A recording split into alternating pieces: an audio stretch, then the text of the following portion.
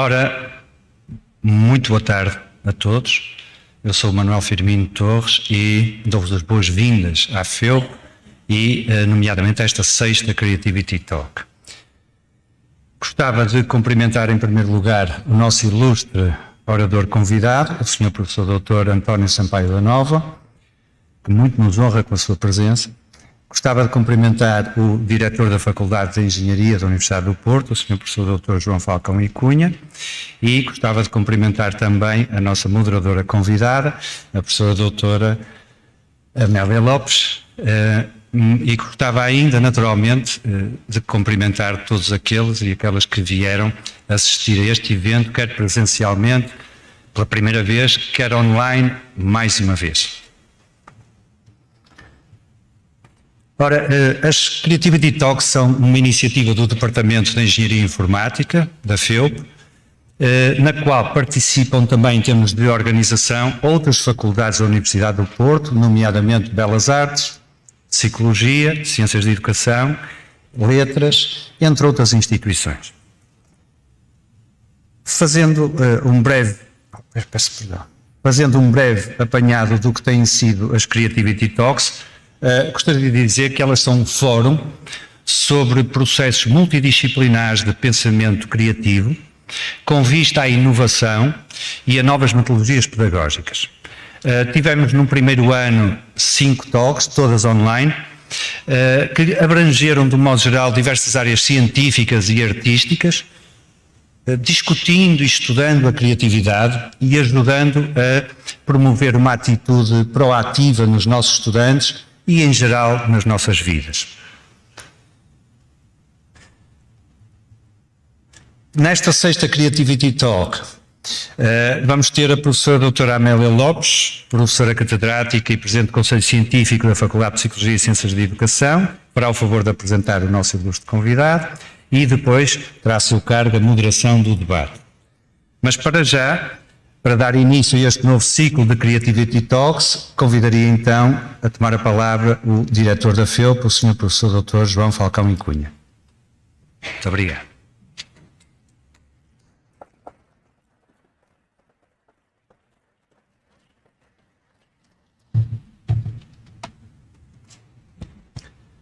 Muito boa tarde a todos os presentes aqui e em casa ou noutro lugar.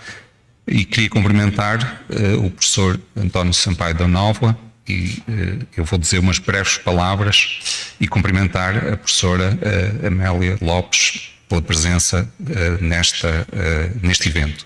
Queria também dar os parabéns ao Departamento de Engenharia Informática pela iniciativa, que é uma iniciativa de grande, que eu gostaria de realçar pela natureza da iniciativa, pelos convidados e pelos temas que são debatidos. Eu tenho a certeza que o professor António Sampaio da Nova dispensa a apresentação e por isso não vou dizer que ele é professor da Universidade de Lisboa, não vou dizer que ele foi reitor da Universidade de Lisboa e não vou dizer que ele é reitor honorário da Universidade de Lisboa. E por isso vou apenas dizer, e usando o Tratado da Gratidão de São Tomás de Aquino, que a FEUP diz muito obrigada.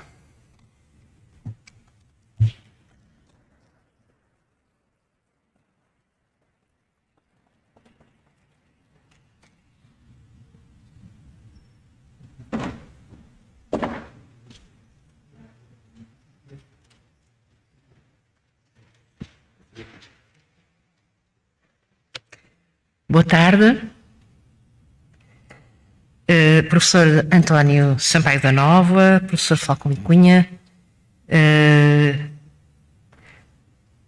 parceiros e colegas da Comissão Científica das Creativity Talks, todos e todas presentes nesta sala e online, é com muito gosto e com muita honra que assumo a tarefa de moderação desta conferência com o professor António Sampaio da Nova, com o título Inventar de Novo a Escola. O professor António Nova é a mais destacada figura portuguesa do campo da educação tendo contribuído de forma incontornável para a sua valorização e reconhecimento nacional e internacional. Doutorado em Ciências da Educação pela Universidade de Geneve, com a tese O Tempo dos Professores, estudo socio-histórico da produção da profissão docente em Portugal do século XIX ao século XX. É também doutorado em História pela Universidade de Paris IV, Sorbonne. E a partir de 2015 é doutor honoris causa por 6 universidades nacionais e internacionais. Eu vou dizer, professor Falcão e Cunha, é professor catedrático do Instituto de Educação da Universidade de Lisboa, desde 96, e foi reitor dessa universidade, depois de ter sido vice-reitor entre 2006 e 2013. Durante estes seus mandatos reitorais, promoveu a fusão de 2 universidades em Lisboa, a Universidades Públicas, a Universidade de Lisboa e a Universidade Técnica de Lisboa. Fusão que foi formalizada em 2013 com o nome de Universidade de Lisboa. É reitor honorário dessa universidade desde 2014, onde exerceu a função de diretor da iniciativa Políticas Públicas.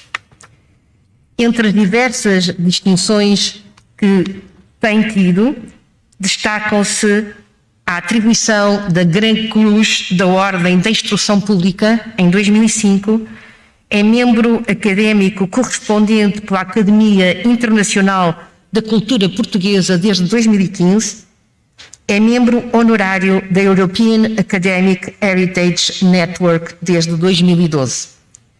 Entre 2019 e 2021, foi membro do Conselho de Administração do Bureau International d'Éducation, em Geneve. Em 2021, foi atribuído o Prémio Carreira da Lusofonia.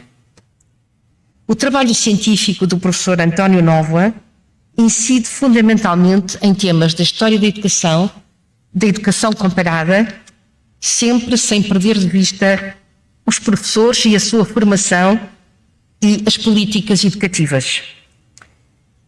Tem uma larguíssima experiência internacional. Foi professor ou investigador convidado na Universidade de Wisconsin-Madison, no Institut National de Recherche Pédagogique da Universidade de Paris V, na Universidade de Oxford, na Universidade de Columbia, na Universidade de Brasília e na Universidade Federal do Rio de Janeiro. Proferiu cerca de 400 conferências e possui mais de 200 títulos em Portugal e em mais de 30 países. Entre 2018 e 2021, foi embaixador de Portugal junto da Unesco, em Paris, e coordenador do Grupo de Investigação, Redação da Comissão Internacional sobre os Futuros da Educação. Desse grupo de trabalho resultou o relatório Reimagining Our Futures Together, a New Social Contract for Education. A conferência que generosamente hoje partilha connosco é inspirada nesse trabalho e tem por título, como eu já disse, Inventar de Novo a Escola. Muito obrigada, professor António Sampaio da Nóvoa, pela conferência e por todo este percurso que nos honra. Muito obrigada.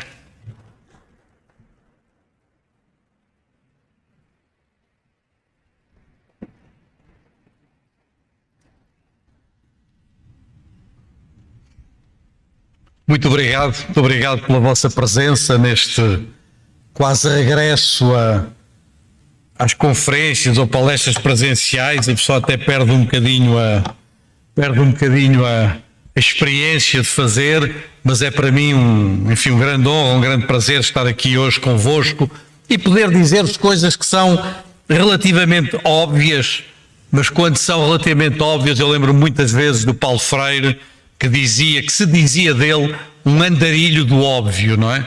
Ou um vagabundo do óbvio, não é? E eu acho que há coisas óbvias que nós precisamos de visitar e revisitar, e é isso que tentarei fazer nos próximos 30, 35 minutos e depois ficar à vossa disposição para alguma conversa ou algum debate.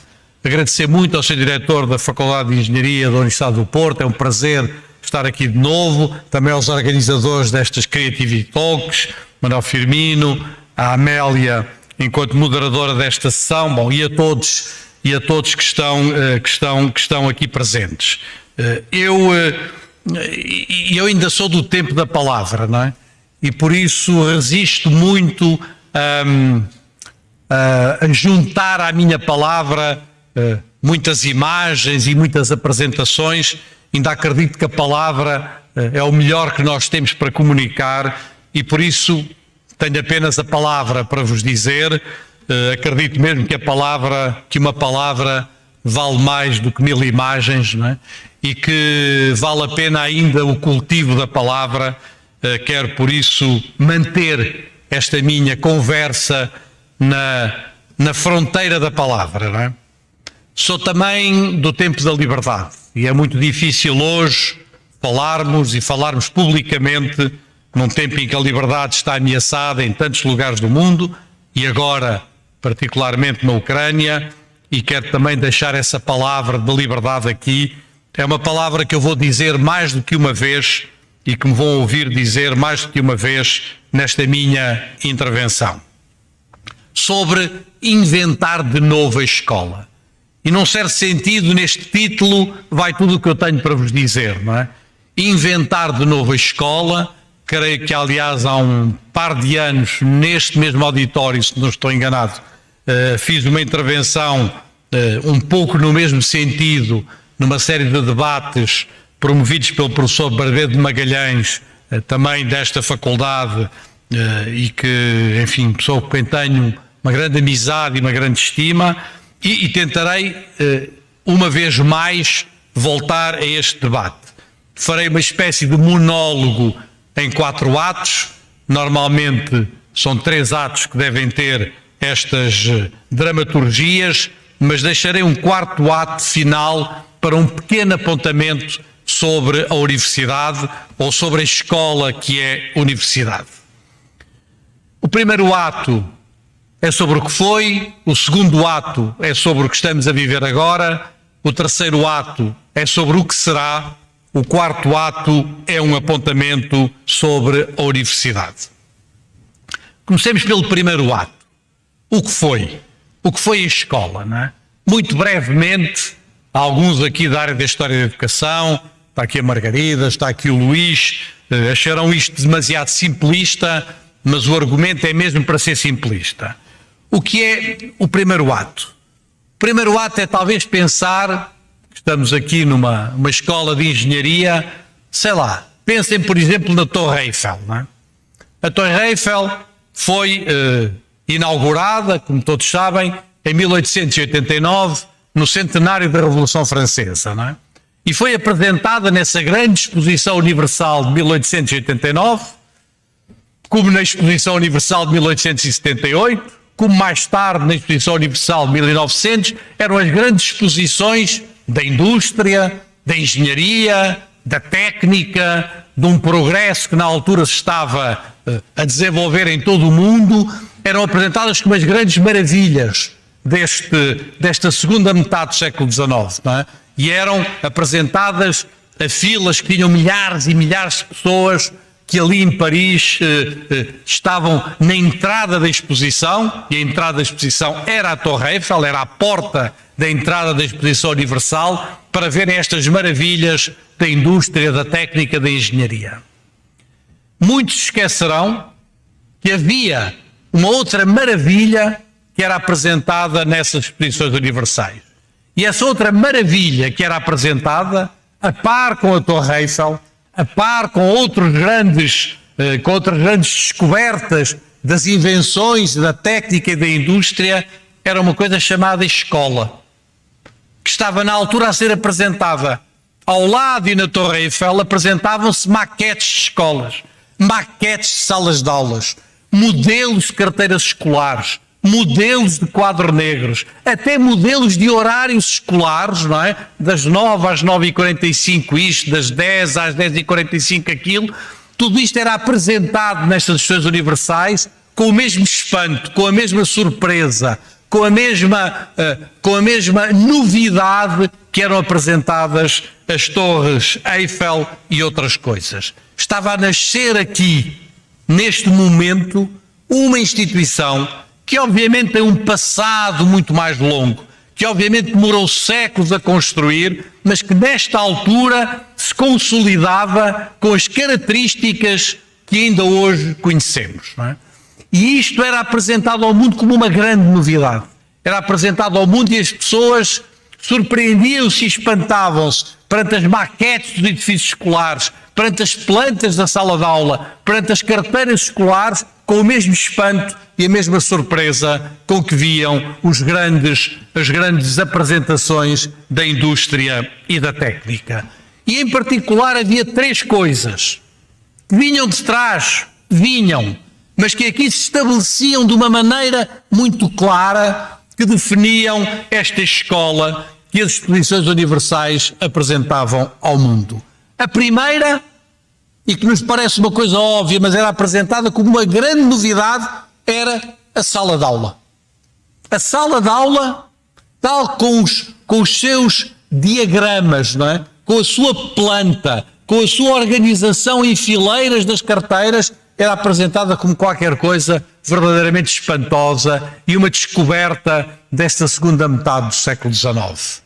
A segunda coisa que era apresentada era o professor que tinha, através do quadro negro e de outros dispositivos, e nomeadamente através desta arrumação da sala de aula, a possibilidade de transmitir o seu conhecimento, um conhecimento que estava apenas nele, um conhecimento de que ele era o único detentor, ou um conjunto de alunos, ou uma turma organizada de uma maneira como nunca tinha estado até aí.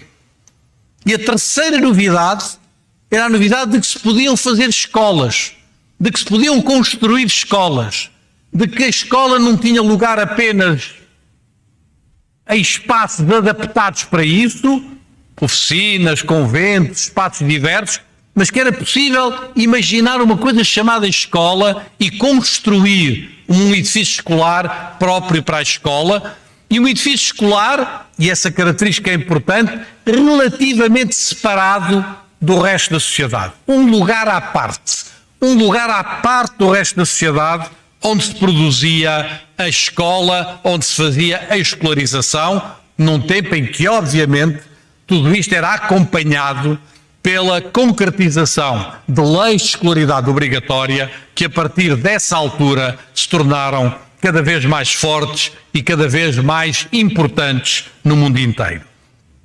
Esta invenção extraordinária é uma invenção que tem, por exemplo, se quisermos apenas tomar aqui o exemplo do Porto, não é? Uma consagração na criação da Escola Normal Primária do Porto, creio, se a Margarida não me corrige, que é de 1882, portanto mais ou menos deste período, uma escola normal onde se formavam os novos professores e que tinha o nome de normal justamente porque se destinava a normalizar este modelo, a normalizar estas maquetes, estes planos, estes planos, estes organigramas, estes diagramas que eram apresentados com tão grande novidade nas exposições universais da segunda metade do século XIX.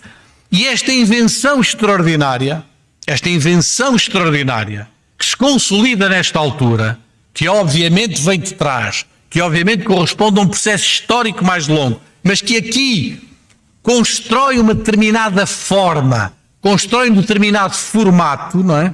É uma invenção extraordinária e é uma invenção que resiste bem até à pandemia.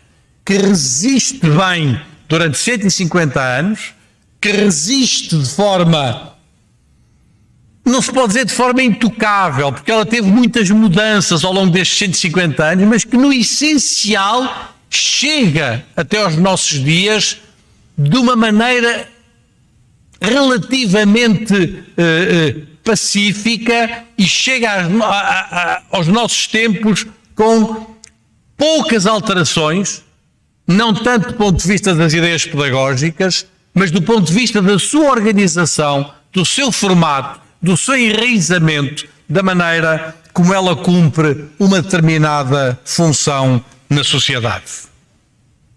Mas depois, e este é o meu segundo ato, vem, num certo sentido, o caos da pandemia. O caos da pandemia vem, num certo sentido, pôr isto em causa, não é?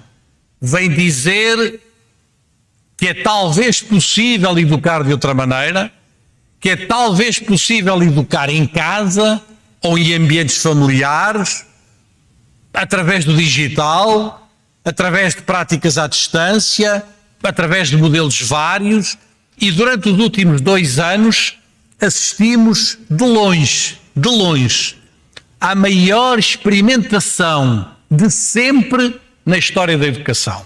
Nunca nestes 2 anos tinha havido uma experimentação tão radical, não é?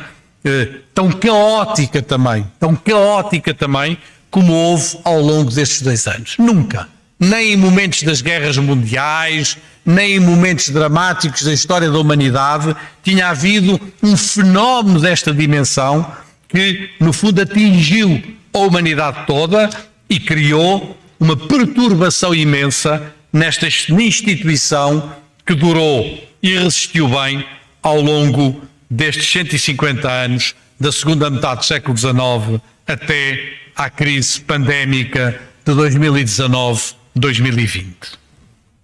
Claro que não foi por causa da pandemia apenas que isso aconteceu.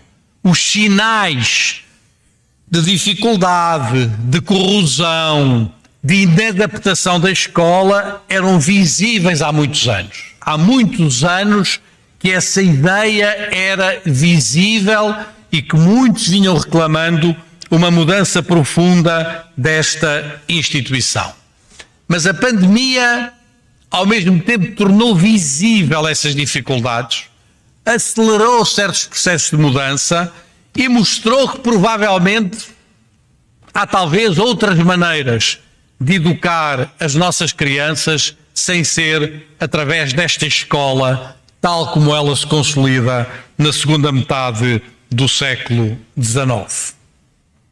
Hoje, neste preciso momento em que falamos, em que há uma espécie de regresso ao presencial, há muitos a dizerem é preciso regressar ao normal, ou é preciso regressar à normalidade, seja na escola, seja na universidade. Este regresso ao normal é um regresso impossível. Impossível, não é? Nós não vamos conseguir, nas próximas décadas, voltar à escola que era antes da pandemia.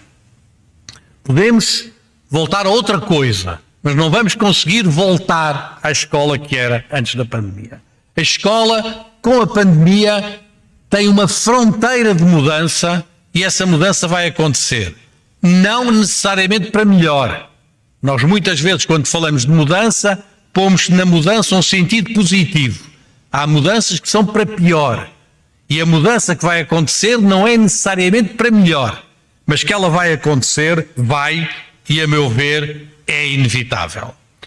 E durante este tempo de pandemia apareceram 2 tipos de discursos, 2 tipos de tendências, 2 tipos de análises muito fortes. E quem acompanha as redes sociais, quem acompanha as notícias de jornais, quem acompanha as conferências, perceberá muito facilmente estes 2 tipos de tendências que apareceram e que são os 2 muito fortes. Por um lado, um discurso que se acelerou, que se aprofundou sobre aquilo que eu designo pela morte da escola. A ideia de que a escola já não serve, a escola está ultrapassada. Durante muito tempo há uma frase que é uma frase que deve ter sido repetida milhões de vezes nos últimos anos, que é que a escola do século XIX e os professores do século XX não servem para educar as crianças do século XXI. Esta frase foi repetida e repetida milhões de vezes, provavelmente por todos nós também, em algum momento das nossas vidas. A ideia de que a escola está ultrapassada, é uma instituição obsoleta e que, portanto, o melhor que temos a fazer é recorrer a uma espécie de, seja em espaços domésticos, seja em espaços sociais que não a escola, seja através do digital, seja através de outros mecanismos, pensarmos noutras maneiras de educar as novas gerações, mas em que a escola não terá um papel muito importante ou não terá um papel essencial. Na preparação do relatório sobre os futuros da educação da Unesco, que a Amélia mencionou, nós fizemos uma espécie de um estado da arte dos discursos sobre o futuro da educação e reunimos uns milhares de textos, relatórios, propostas sobre isso, e foi muito forte na análise desses documentos esta percepção de um discurso futurista que vai contra a escola e que de algum modo anuncia a sua morte, a sua substituição por outros mecanismos, por outros dispositivos tecnológicos, familiares, sociais, por outras formas de educar que não passam pelas dinâmicas escolares. Estes movimentos são fortíssimos. São fortíssimos nas pessoas das tecnologias, são fortíssimos nas pessoas do digital, são fortíssimos na área da inteligência artificial, são fortíssimos na área das neurociências ou em algumas das áreas das neurociências, são fortíssimos num conjunto de propostas, de teóricos, de intelectuais, de futuristas, etc. Ao mesmo tempo, há aqueles outros, não é, nos quais me incluo, e por isso é que dei esta conversa, este título, a necessidade de inventar de novo a escola. E dizer, sim, é possível que a escola, tal como a conhecemos, tenha chegado ao fim, mas se isso é assim, então temos que inventar de novo a escola. E reparem que ao utilizar esta fórmula para este título, eu não utilizei a fórmula renovar a escola ou reconstruir a escola, utilizei a fórmula, que obviamente aqui alguns reconhecerão, vem de um texto da Hannah Arendt, que eu adaptei, do inventar de novo a escola. Inventar a escola outra vez, e inventar a escola outra vez na sua dimensão pública, e eu não confundo a dimensão pública com a dimensão estatal, na sua dimensão pública e na sua dimensão humana. E quando falo da dimensão pública, é para contrapor à dimensão doméstica e é para contrapor aos retraímentos da educação em espaços domésticos ou em espaços familiares ou em espaços protegidos, portanto, para afirmar a sua dimensão pública. E quando procura afirmar a sua dimensão humana, é justamente para dizer que as tecnologias, o digital, são ferramentas poderosíssimas e importantes para a educação, mas que elas não substituem a dimensão humana ou a dimensão do encontro. Durante este presente que estamos a viver, há muitas coisas que se tornaram claras, que se tornaram nítidas. Não porque elas tenham sido provocadas pela pandemia, mas porque a pandemia funcionou como uma lupa, funcionou com qualquer coisa que aumentou esta realidade, que a tornou mais visível e que nos obriga, obviamente, a mudanças. Mudanças que estão em linha com o que é necessário nas sociedades do século XXI. Mudanças que estão em linha com o que é necessário nas sociedades do século XXI, que são, obviamente, sociedades muito diferentes das sociedades nas quais se inventou esta escola na segunda metade do século XIX. Pensem na demografia, pensem na esperança de vida de 40 anos no século XIX, de 80 anos, dentro em breve de 100 anos, hoje em dia. Pensem nas tecnologias ou no digital que não existiam. Pensem na relação ao trabalho nessa altura. Pensem nas mobilidades. Pensem nas questões do clima. Estamos em sociedades profundamente diferentes daquelas que inventaram esta escola E por isso a nossa sociedade, a nossa geração tem de ser capaz de inventar de novo a escola. Mas tem perante vós uma pessoa que acredita na escola, que acredita na força da escola, que acredita na importância da escola, nomeadamente na luta contra as desigualdades, que acredita na escola enquanto instituição capaz de promover a mobilidade social e que por isso acha que perdermos esta instituição seria uma perda muito importante do ponto de vista civilizacional e por isso precisamos de inventar de novo a escola. É, aliás, num certo sentido, o jogo de palavras do meu último livro, que tem justamente como jogo de palavras 3 verbos: proteger, transformar, valorizar. Proteger a escola sendo capaz de a transformar e transformar a escola através da valorização do que já existe, da valorização do que já há e não tanto a partir de uma imaginação de coisas fabulosas que cada um de nós teria que inventar para o futuro. Já vos falarei disso na parte final deste terceiro ato, em que entra agora o ato de o que será. O que será, para falar apenas das 3 coisas que vos falei até agora, das 3 coisas que vos falei no tempo das exposições universais. Falei-vos da sala de aula, falei-vos do professor a transmitir o conhecimento, falei-vos da escola enquanto edifício. Se quiser falar dessas 3 coisas, dessas 3 mesmas coisas, agora, neste terceiro ato, o terceiro ato de o que será, eu dir-vos-ia, em vez da sala de aula, inventar de novo a escola é criar novos ambientes educativos. Utiliza a metáfora do ambiente, não apenas do ponto de vista espacial ou do ponto de vista arquitetónico, mas do que está dentro de um ambiente. Dentro de um ambiente está uma determinada relação, está uma determinada maneira de comunicarmos uns com os outros, estão possibilidades e impossibilidades. Há coisas que nós podemos fazer neste ambiente de auditório que não podemos fazer noutros ambientes. E há coisas que podemos fazer noutros ambientes e que não podemos fazer neste auditório. Os novos ambientes educativos serão muito diferentes desse ambiente da sala de aula que os espectadores, que os visitantes da Exposição Universal de 78 ou de 89 olhavam com espanto e surpresa. Serão ambientes mais próximos de um laboratório, talvez, serão ambientes mais próximos de uma grande biblioteca, serão ambientes mais próximos de espaços abertos onde há uma diversidade de situações, serão ambientes muito diferentes e muito distintos do que é o ambiente tradicional da sala de aula.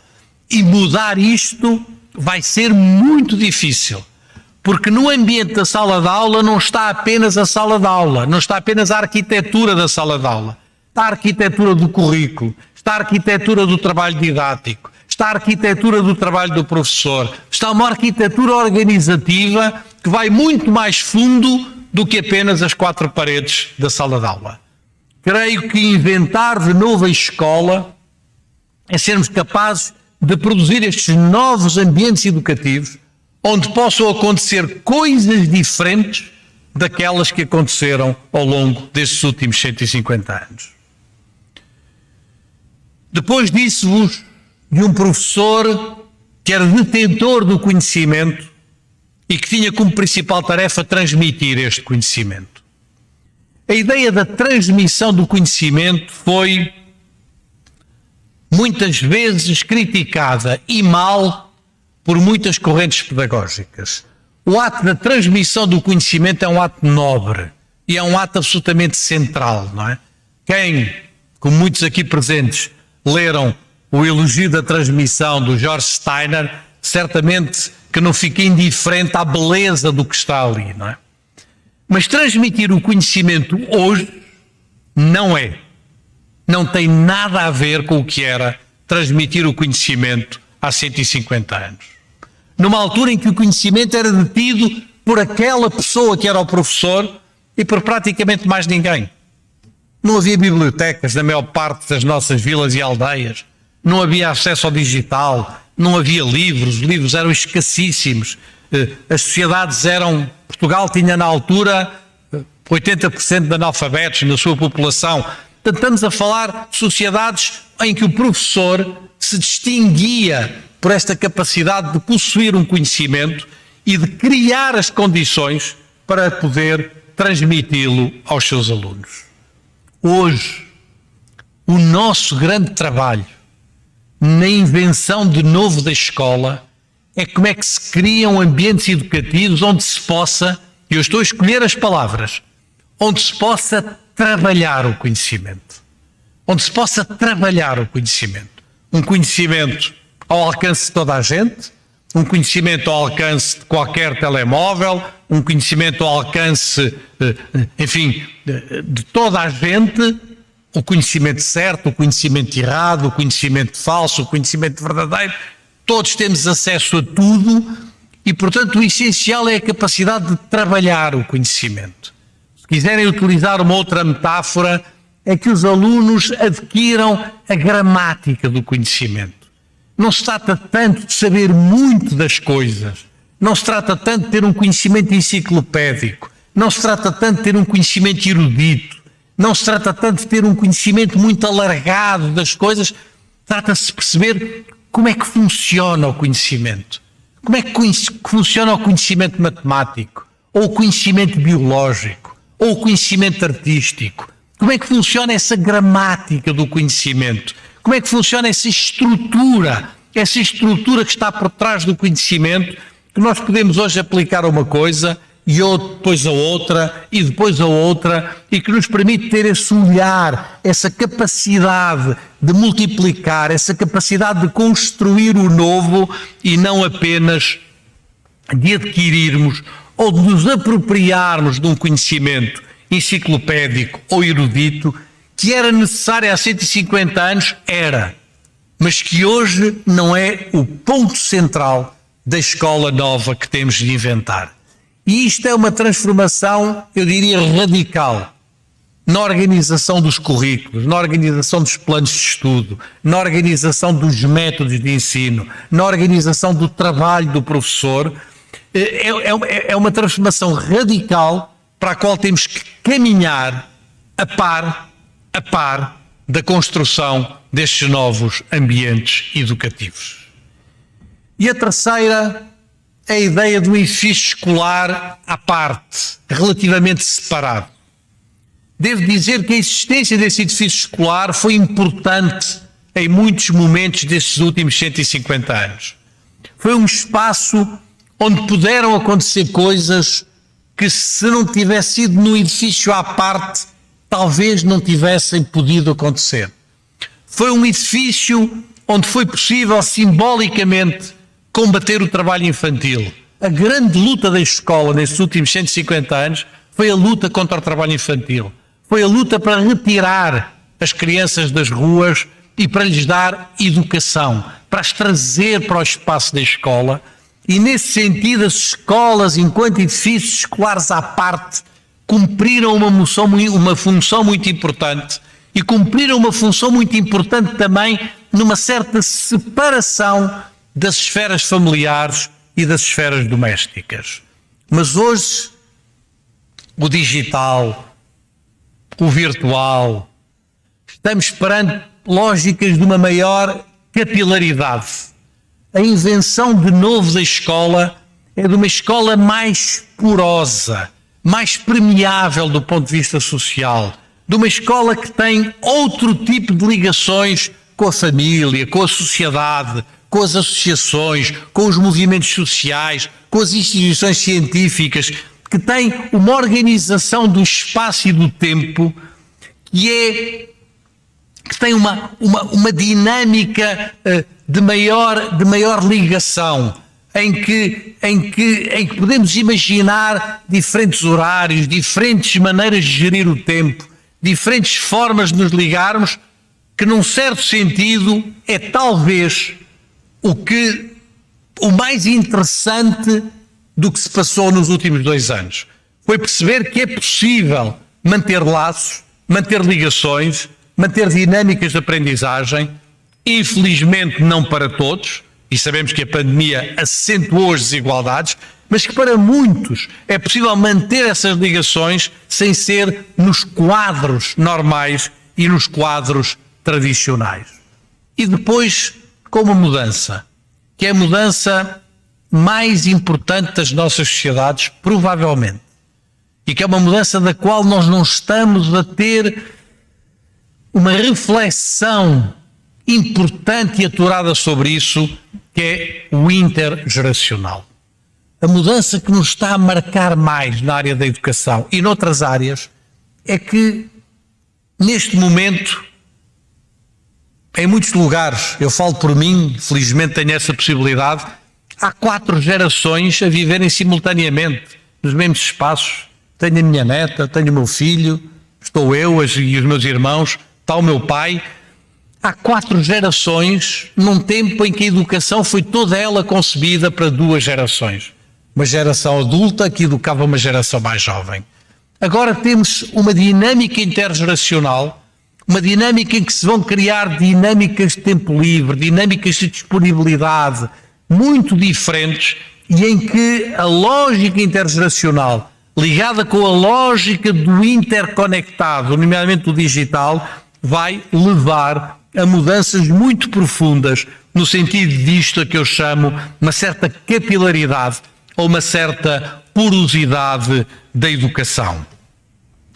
A escola do tempo da Torre Eiffel e destas indústrias era a escola da sala de aula, a escola de um professor detentor do conhecimento, a escola do edifício escolar à parte. A escola que temos que inventar de novo é uma escola de novos ambientes educativos, de uma diversidade de ambientes educativos, de uma dinâmica de trabalho do conhecimento, neste sentido da gramática ou da estrutura do conhecimento, uma escola que tem uma permeabilidade e uma ligação muito maior à sociedade. E para isso, dir-me-ão alguns, e é verdade, é preciso mudanças na escola e é preciso mudanças na sociedade. E a parte curiosa do que nos mostrou a pandemia é isto. Grande parte da sociedade, eu acho que nós muitas vezes não pensamos nisso, grande parte do ritmo da vida social foi pautado e organizado a partir do ritmo escolar. A dinâmica das famílias, a dinâmica de organização das famílias, a dinâmica de organização das famílias em casa, a dinâmica de organização dos horários do trabalho foi, em grande parte, profundamente influenciado nestes últimos 150 anos pelos horários das escolas. Tanto pelos horários diários, como pelos horários das férias escolares, etc. Foi a escola que pautou muitos destes ritmos. E é por isso, como todos sabem, que uma das maiores perturbações que se pode fazer numa cidade é quando uma escola fecha, quando as escolas fecham, quando as escolas básicas e secundárias fecham, é uma perturbação no nosso ritmo, no nosso dia-a-dia, porque o dia-a-dia das famílias e do trabalho está em grande parte organizado a partir da estrutura escolar, do horário e do ritmo das escolas. Inventar de novo a escola é também pensar em diferentes formas de organização dos ritmos familiares, em diferentes formas de organização dos tempos de trabalho, em diferentes formas de organização do trabalho presencial e do trabalho virtual. É uma mudança que não é uma mudança apenas interna da escola, é uma mudança com fortíssimas consequências do ponto de vista social. Mas não é isso que estamos a assistir? Não é isso que estamos a assistir? O que estamos a assistir não é isso mesmo? Não é uma mudança nos horários de trabalho, tanta e tantas pessoas? Não é uma mudança nos ritmos da vida familiar, junto de tantas e tantas famílias? Não é isso que estamos a assistir durante esta pandemia? Não foi a isso que assistimos? Não foi a essas dinâmicas de adaptação? Eu julgo que é preciso perceber o que nos aconteceu nos últimos 2 anos para daí tirarmos a ideia, e esse é o subtítulo do relatório da Unesco, de um novo contrato social da educação, de um novo contrato social pela educação. A ideia de que o contrato social que se estabeleceu no tempo da Torre Eiffel, no tempo das instituições universais, é um contrato social que já não nos serve. Precisamos de um novo contrato social da educação e pela educação, e isso tem a ver com estas dinâmicas de mudança, não apenas das escolas, mas das famílias e das dinâmicas sociais e do trabalho, que na verdade estão em curso. Não há nada que esteja a mudar mais hoje em dia do que o trabalho. Não há nada que esteja a mudar hoje em dia mais do que a demografia. Não há nada que esteja a mudar hoje em dia mais do que o digital. Ora, estas mudanças têm um impacto fortíssimo na sociedade e na lógica da organização das famílias. Temos de ser capazes de um pensamento amplo, de um pensamento aberto, de um pensamento ousado, de um pensamento até arriscado, num tempo em que certamente o pior que podíamos fazer à escola era imaginar que ela vai regressar ao normal e resistir a estes processos de mudança. Vai haver muitas resistências, muitas resistências. Vamos achar que queremos voltar outra vez à mesma coisa, mas voltar à mesma coisa não é possível. Não voltaremos à mesma coisa. Teremos que ter esta dinâmica de transformação. E nesta dinâmica de transformação, o melhor que podemos fazer, e esse é talvez o ponto mais forte do relatório da Unesco, o melhor que podemos fazer é conhecer o que já se faz no mundo, saber o que já se faz no mundo neste sentido e valorizar essas experiências. Conhecer, partilhar e valorizar o que já se faz. Para produzir este relatório, a Comissão Internacional consultou pessoas e dinâmicas e debates, sobretudo online, na qual participaram cerca de 1 milhão de pessoas no mundo. E houve milhares e milhares e milhares de experiências que foram ali partilhadas. E não estou a falar das experiências feitas no Silicon Valley. Estou a falar de experiências feitas em países da África, em zonas de pobreza, em zonas isoladas, absolutamente extraordinárias, nas quais nós podemos e devemos inspirar-nos para construir e pensar o que será este futuro. E este futuro é também, permitam-me um apontamento final, um futuro de uma escola que é a universidade. Não é meu objetivo falar-vos hoje da universidade, mas dei-me os últimos 3 ou 4 minutos para dizer que o que é verdade para a escola que eu vos falei, escola primária, escola básica, escola secundária, é verdade também para a escola que é a universidade. Onde estão a acontecer coisas extraordinárias, mas onde está a acontecer também em muitos lugares muita apatia, alguma resignação, alguma acomodação. A escola tem de ser, julgo que quem está aqui numa faculdade de engenharia, sabe isso melhor do que ninguém, um espaço da curiosidade, da criatividade para ser o lugar destas conversas, da experimentação, um lugar da diferença, um lugar onde se pode errar, onde se pode errar, porque a gente não acerta sempre e temos que estar disponíveis também para momentos em que temos esse risco, o risco de poder errar e estarmos protegidos nesse erro. A universidade tem que ser esse lugar, infelizmente, e quem vos fala é um universitário, infelizmente, muitas vezes eu acho que há apatia a mais, a resignação a mais, a acomodação a mais. Eu estava a tomar café com a minha prima Henriqueta, a vossa professora aqui, e dizia-lhe, eu julgo que há 2 áreas das universidades onde, apesar das dificuldades, se tem mantido um pouco este espírito, nas áreas das engenharias e nas áreas das medicinas. São 2 áreas onde estas dinâmicas se mantêm com certa pujança, mas em grande parte das áreas das universidades há uma espécie de uma acomodação, uma certa apatia, para mim, absolutamente insuportável, não é? E esta apatia obriga-nos a dizer a universidade tem de ser o lugar da ciência e da educação, todos sabemos, repetimos todos os dias, é assim que nós nos pensamos como universitários.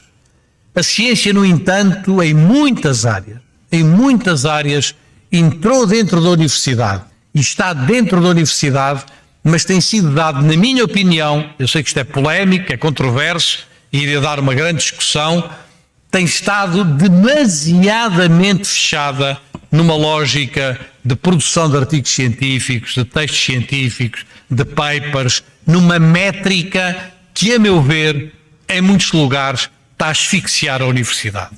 E está a asfixiá-la de duas maneiras, e as duas maneiras são o ter uma certa dificuldade em ir para aquilo que alguns de nós chamamos uma ciência da convergência, uma ciência da novidade, uma ciência que junta áreas diferentes, uma ciência que não está dentro daquelas casinhas e dentro daquelas especialidadezinhas onde é fácil publicar 30 artigos, 40 artigos, 50 artigos, onde às vezes a gente não sabe onde é que vai publicar aquilo, porque aquilo é inter qualquer coisa, cruza coisas diversas, etc. Não sabe bem a que áreas deve ser, é que há de concorrer, porque aquilo não encaixa bem em nenhuma. Ora, é muitas vezes nessa ciência da convergência que nascem as dinâmicas novas, e essa ciência da convergência é muito importante. E também uma ciência, sei que, particularmente na engenharia, isso é muito importante, que esteja muito centrada na inovação, muito centrada num compromisso com o país, muito centrada numa responsabilidade perante o país, numa responsabilidade forte que nos leve a termos essa capacidade que as universidades devem ter.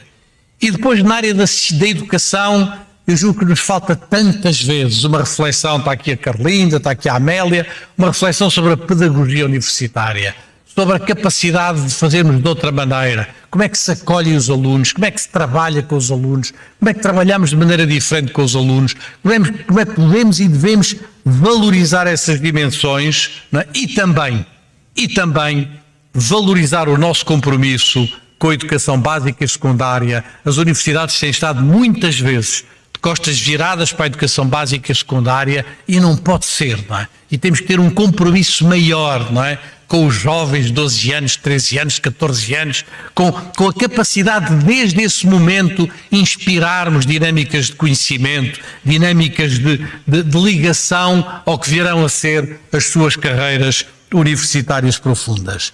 Eu sei, porque tive a oportunidade de acompanhar isso muito, que apesar de tudo, as áreas das engenharias e das medicinas são aquelas mais sensíveis a estas duas dimensões.